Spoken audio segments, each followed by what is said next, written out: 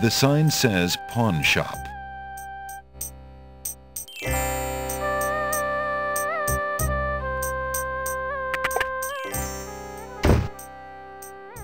Good day.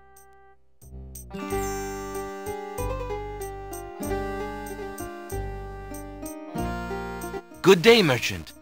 What can you tell me about the land of the Green Isles? I can tell you she is in a dark time. Without the ferry, communication between the islands has ground to a halt, and so nearly has my business. Why the long ages of peace have ended, and why the crown has not done something about it is beyond me. But then, I am a shopkeeper, not a politician, and can only hope for better days. How bide you, good merchant? Quite well, though a purchase would not hurt me any.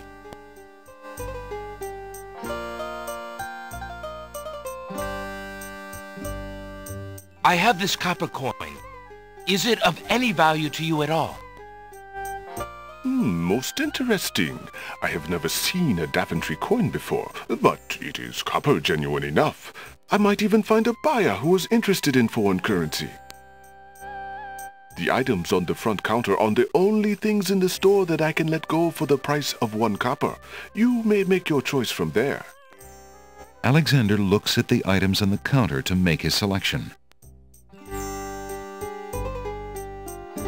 I see you have noticed my mechanical nightingale. She is made of plain tin, but she sings the sweetest song you can imagine, barely distinguishable from the real thing. That mechanical nightingale looks intriguing. I believe I'll take it. Very well. Your coin is well spent. Remember, this is a pawn shop. I am always willing to take back my own goods in trade. I'll remember. Thank you.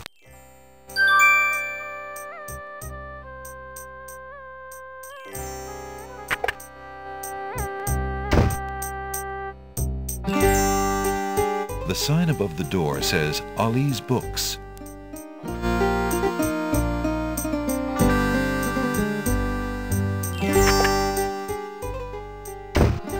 Hello. I will be right up.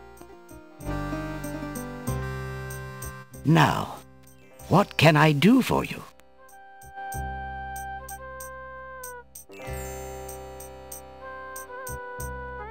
Good day, sir.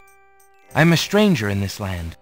What can you tell me about the land of the Green Isles? That is quite a question, young man. Who are you, and what would you have me tell you? My name is Alexander. I know I am on the Isle of the Crown, but I'd like to know whatever you can tell me about this island, and if there are other islands nearby. You are indeed a stranger. Anxious is the man who knows not the customs of the land beneath his feet.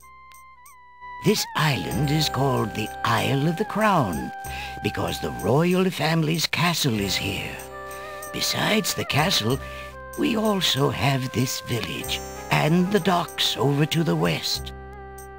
There are at least 3 other islands: the Isle of the Sacred Mountain, the Isle of the Beast, and the Isle of Wonder. At least 3? Does no one know for certain?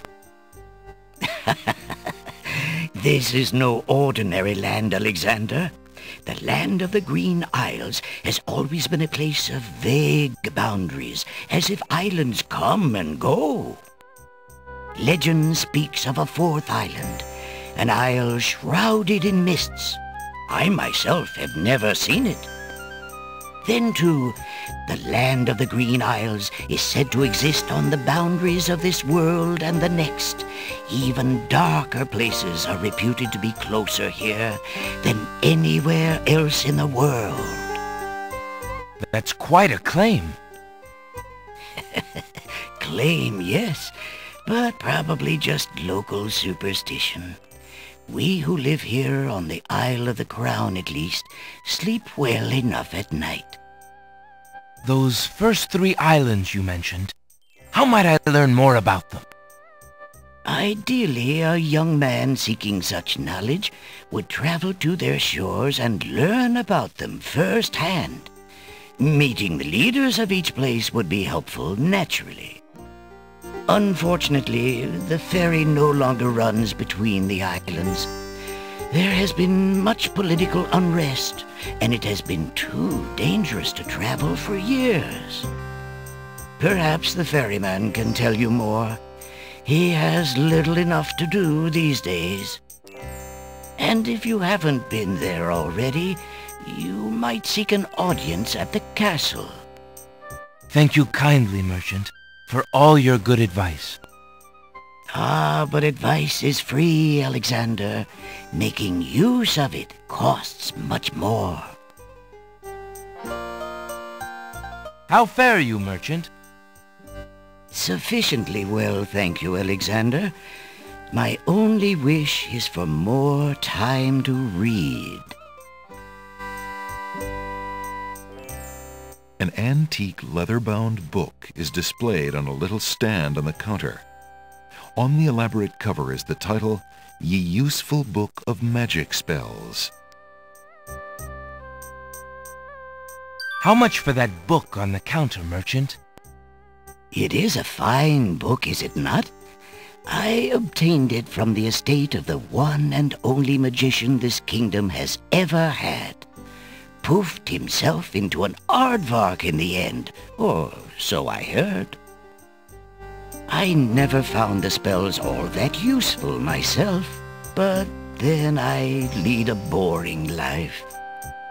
I tell you what, if you can find another rare book, something a bit more marketable, I might be willing to exchange the spelled book for it.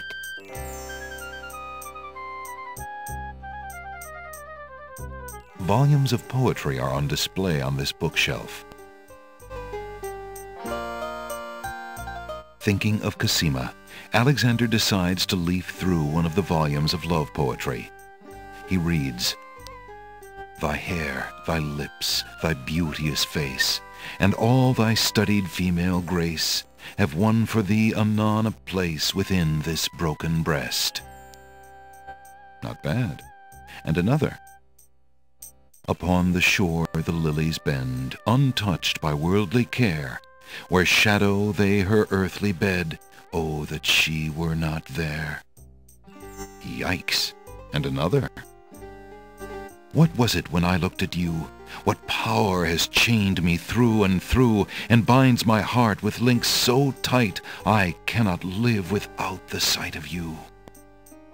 What nameless thing has captured me, and made me powerless to flee? What thing is it without a name, that brings my mind e'er back the same to thee? The name of love cannot apply. Its commonness does not decry the haunted, hunted, painful cry that my heart makes for you, that e'er my soul eternal makes for you. A little close to home, that one. Alexander returns the love poem book to the shelf.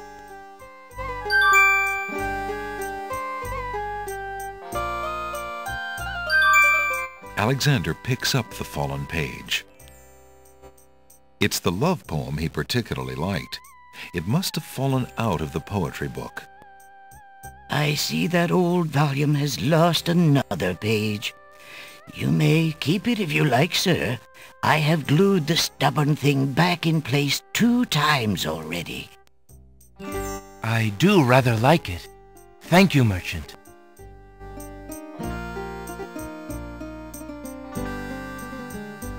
There's a small table near the door that bears a sign.